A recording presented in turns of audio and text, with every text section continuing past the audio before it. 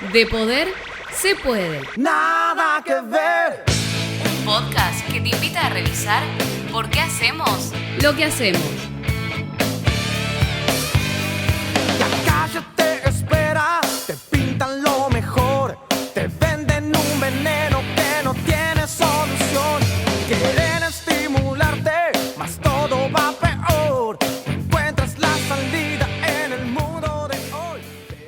Bienvenidos a un nuevo episodio de Poder se puede, un podcast que se pregunta por qué hacemos lo que hacemos. En esta oportunidad queremos presentar al pastor David Vilche de la Iglesia Bautista Puerta de Gracia. ¿Qué tal, campeón? ¿Cómo andás? ¿Cómo le va, pastor? Maxi, ¿eh? ¿Cómo le va, pastor? Es una alegría poder estar aquí compartiendo este momento. Un placer para nosotros. Ustedes. Gracias por acercarse, gracias por tomarse el tiempo y venir a conversar con nosotros. No, la verdad que es un placer. Me siento muy cómodo y permita al Señor que esto sea de mucha bendición. Eso esperamos. Sin más preámbulos, queríamos ir directamente a las preguntas. Wow. No queremos perder tiempo ni... Porque más que nada hablamos con los chicos en la semana sobre este tema. Creemos algo conveniente y quizás no se habla mucho, pero sí se generan preguntas y a veces no son contestadas dentro del ámbito cristiano. Claro. Una de las primeras preguntas que le quiero hacer, pastor, es: ¿está el mito de que los pastores no trabajan? ¿Por qué se generan estas opiniones?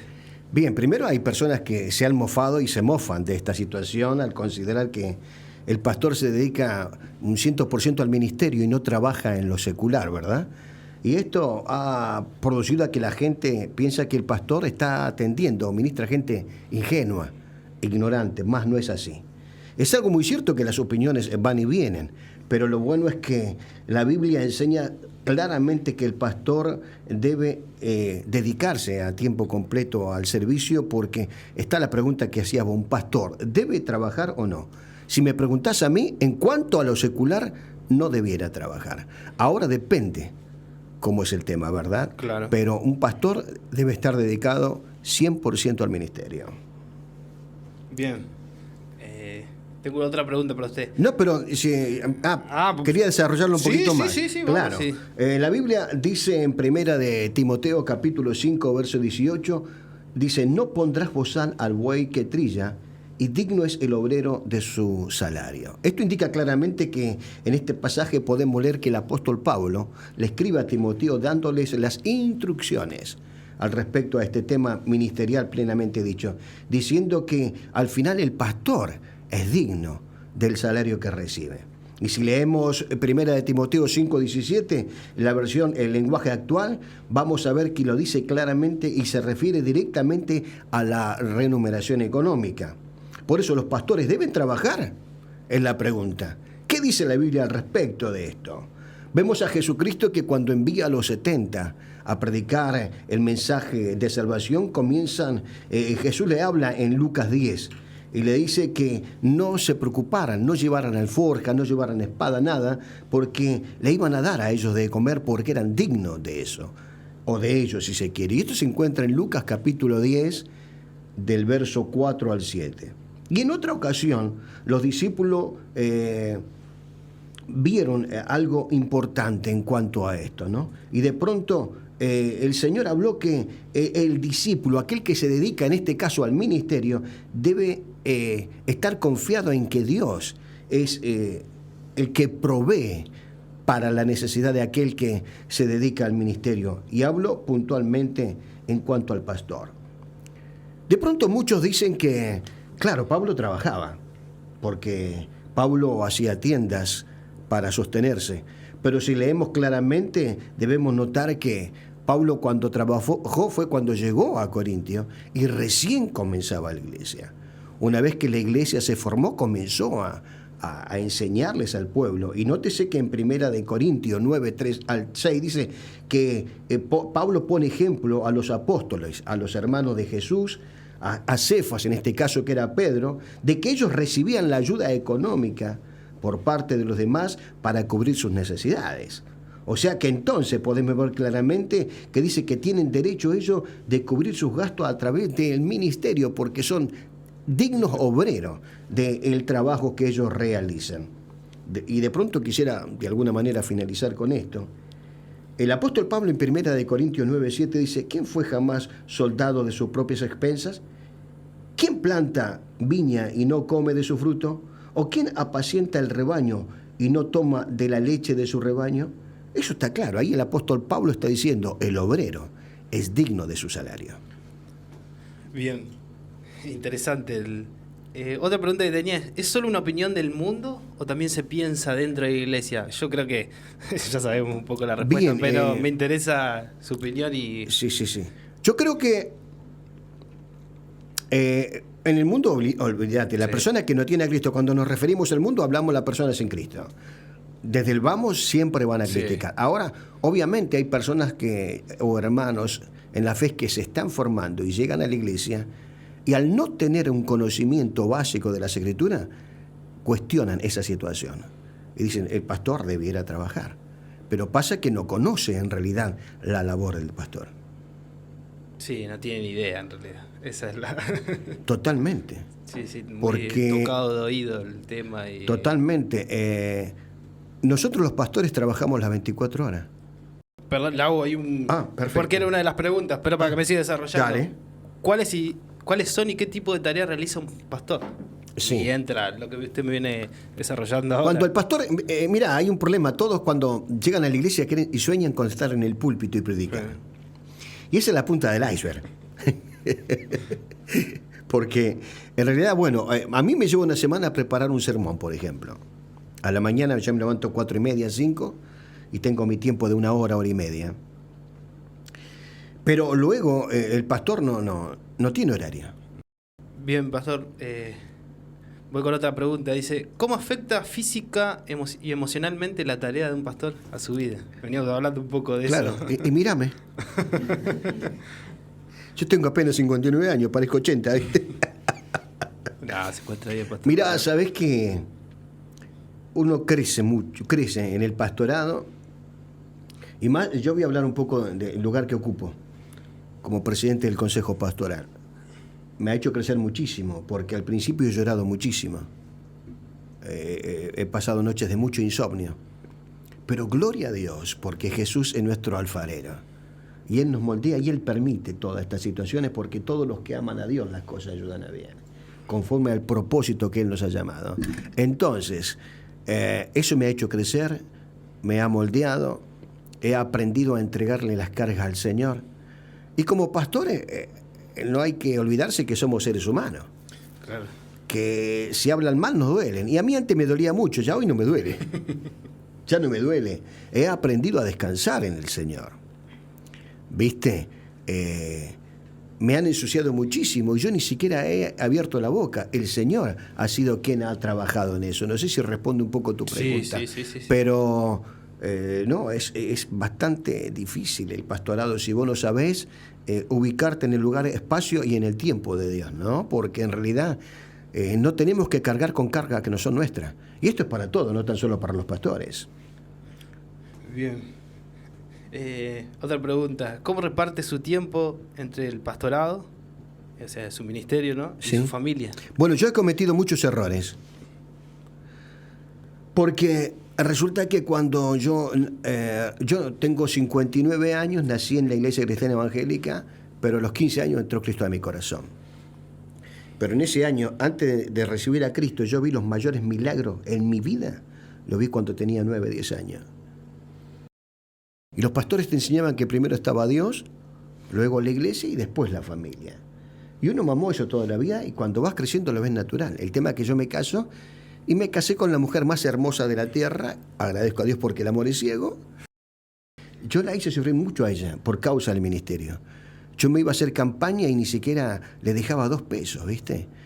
Y con el tiempo me di cuenta el daño que le hice, el dolor que sufrió ella y se mantuvo callada. Y yo hasta el día de hoy le pido perdón. Porque si hay algo que está cierto es que primero es Dios, después la familia y después la iglesia. Porque para tener una iglesia sana necesitas una familia sana. Claro.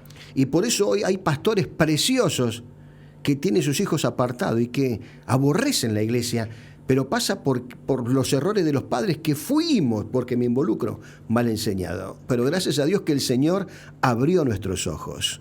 ¿Sí? Hoy puedo decir con libertad, yo tengo 4 hijos. No están conmigo los 4, solamente está la nena y la nena. Ya está casada la nena y mi hijo mayor. Y el resto se congregan en otras iglesias porque formaron su familia, tienen su familia. Por lo que me vale a mí es que estén en Cristo, ¿me entendés? Pero yo muchas veces le he pedido perdón y creo que toda la vida le voy a pedir perdón porque he tenido más atención para otras personas que para mi esposa y para mis hijos. ¿Viste? Pero eso hoy me sirve, y no sé si es buena o mala la expresión, la cortarán, pero para mí eso es oro en polvo. Porque con esa experiencia que yo tuve puedo enseñarle a los demás pastores que hoy se están formando que está Dios y luego la familia. Claro. ¿No? Bien. Interesante. Tengo otra pregunta. ¿Un pastor tiene conflictos personales? Obviamente, ¿no? Pero... Y yo me miro la cara y mirá. Yo me levanto en la mañana y digo, ¿qué pasó, Señor? Ese es el tema, que quizás desde la iglesia muchas veces se cree que no, que el pastor siempre está bien, no tiene días malos. Mirá, cada pastor es único. Yo no escondo nada. Yo cuando le digo a la iglesia que estoy mal, lo digo, ¿viste que el pastor siempre que está riéndose? No, sí. Yo no comparto eso. Yo a la iglesia le manifiesto cuando estoy triste, cuando estoy dolorido, claro, cuando me siento defraudado, se los digo. Claro, lamentablemente desde la iglesia o muchos lugares también creo que mal enseñados o ¿sabés una cosa? Eso, que el pastor mirá, siempre tiene que estar en una posición. Perdóname que me encima cuando estás hablando, pastor, pero hay algo que te puedo tocar, ¿no? Sí. Hay algo que la iglesia ignora, que es el sacrificio del pastor. El pastor, al margen que tiene su familia y se preocupa por su familia de la misma manera y con la misma energía y fervencia, se preocupa de la congregación. Claro. Y los hermanos no se dan cuenta. ¿Sí? Lamentablemente. No se dan cuenta. Por eso, yo creo que estamos en un tiempo apocalíptico, y mirá por dónde lo digo, ¿eh? ¿Por qué lo digo? Porque Cristo, cuando le habla a una de las 7 iglesias, le dijo, yo estoy a las puertas y llamo y golpeo la puerta de su corazón. Aquel que abre la puerta, yo entraré a él, cenaré con él y él conmigo. ¿A quién se lo dice? ¿Al mundo o a la iglesia?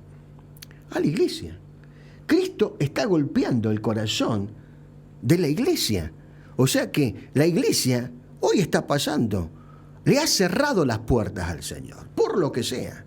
Porque tiene miedo, como una excelente excusa, porque le interesa más el TikTok que una reunión, y están horas y horas viendo esta estupidez.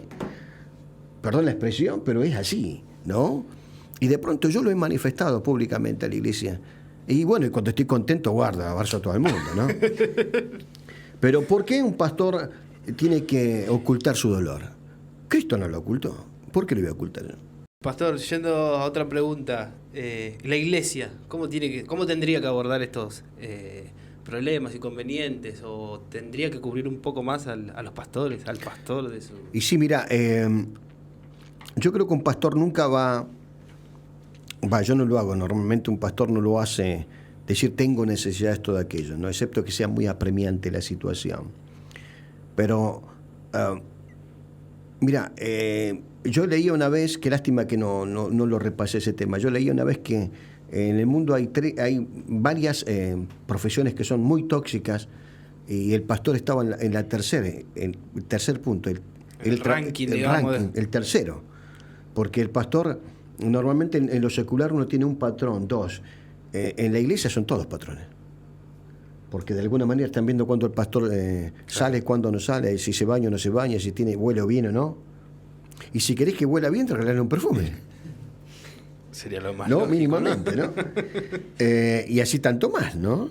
Pero yo creo que... O sea, no sé si puedo hablar directamente del pastor que tienen ustedes. Sí. Yo a Luca lo admiro muchísimo.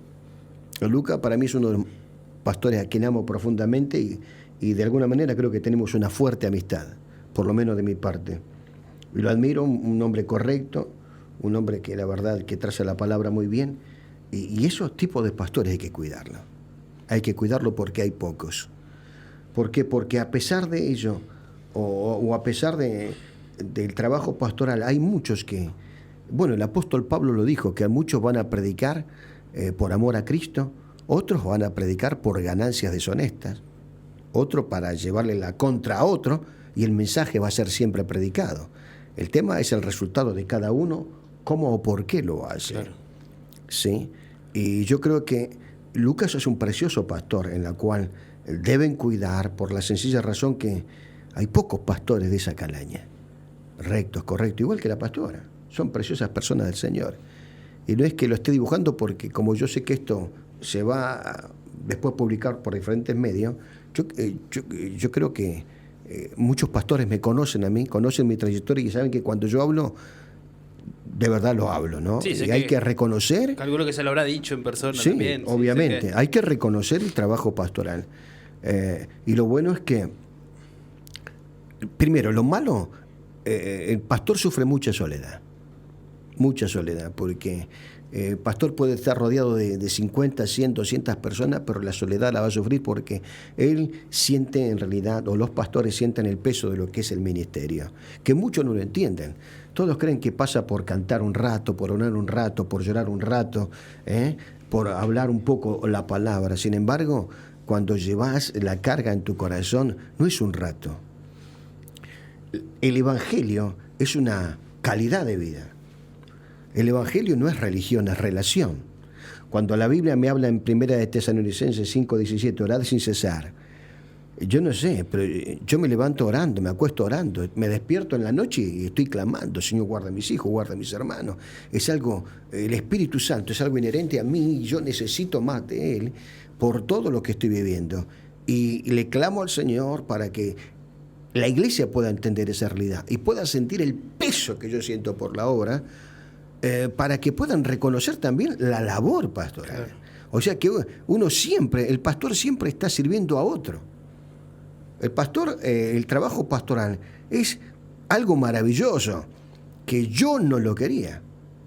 Yo cuando vi, yo te dije que nací en la iglesia, a los 15 años entregué a Cristo, al Señor, lo recibí en mi corazón, pero 17 años.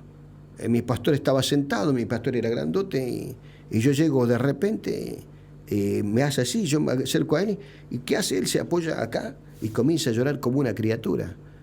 Mi pastor era grandote, robusto, ¿viste? Y yo dije, esto yo no lo quiero. Yo no anhelo esto. Prefiero trabajar 12 horas por día que ser pastor.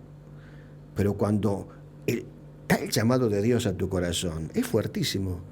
Yo me negué, pero no pude resistirme al llamado del Señor, ¿no? O sea que entonces no es cualquier cosa ser pastor. Y aquel que entiende esto, lo va a trabajar como lo trabaja mi querido Luca y otros pastores maravillosos que tenemos en el Consejo Pastoral, que hemos logrado tener una hermosa amistad para no sentirnos solos también, ¿verdad? Bien. Pastor, ¿le gustaría alentar a otros pastores que quizás tengan la oportunidad de escucharlo, de darle un estímulo? Sí, mirá, yo hablaba del pastor está solo. Hoy los pastores que están solos son porque quieren estar solos. Porque hoy tenemos un hermoso consejo pastoral, tenemos más de 150 pastores. El tema del pastor que está solo es porque de pronto, posiblemente, lo digo con mucho amor y respeto, quizás es inseguridad su llamado. Yo, lo digo para que se entienda, yo soy presidente del consejo pastoral, sí, pero hay pastores que están 1000 veces más capacitados que yo. ¿Viste? O sea, ¿y por qué estoy acá? No sé. Pero el Señor me puso acá. O sea que entonces, ¿qué pasa? El Señor mira el corazón, entiendo, ¿no? Y yo aliento a los pastores que están solos a que se acerquen a otro pastor. Antes sí se tenía, no miedo, pánico, invitar a un pastor a la iglesia por temor a que se lleve las ovejas. Hoy no. Hoy hay pastores que se van de vacaciones y me llaman a mí o llaman a otro pastor. Yo he llamado al pastor Lucas a mi iglesia cuando yo no he estado. Y eso antes no se veía. Claro. Por eso invito a los pastores a que no estén solos, a que puedan aferrarse al Señor, a que siempre va a haber un oído de otro pastor para escucharlo y alentarlo y a orar por él. Claro. Estamos en un cambio de paradigma donde no podemos estar solos. Necesitamos trabajar como reino. A pesar de que podemos tener una diferente visión en cuanto a la interpretación de la Escritura, pero debemos entender que nuestro ADN se llama Jesucristo. Es el mismo. ¿Entendés? Perfecto. Bueno, muchísimas gracias, Pastor, por su tiempo, gracias por esta charla, gracias por contestar las preguntas o las dudas que teníamos. Así que más que agradecidos de parte de todo el ministerio. Queremos, gracias por su tiempo, por venir hasta acá. Es un placer. Yo espero haber sido, que haya sido de bendición la respuesta, ¿no? Quizás, no sé si he evacuado las preguntas, pero de alguna manera podríamos estar, creo, horas charlando. Sí, sí, yo te puedo contar experiencias maravillosas también y donde podríamos reírnos y llorar, pero lo bueno es que el llamado al pastorado es lo más hermoso que hay, y doy gracias a Dios por que, lo digo siempre, no siendo digno, Él me hizo digno para la gloria de su nombre. Muchas gracias. Gracias a usted. Nada que ver.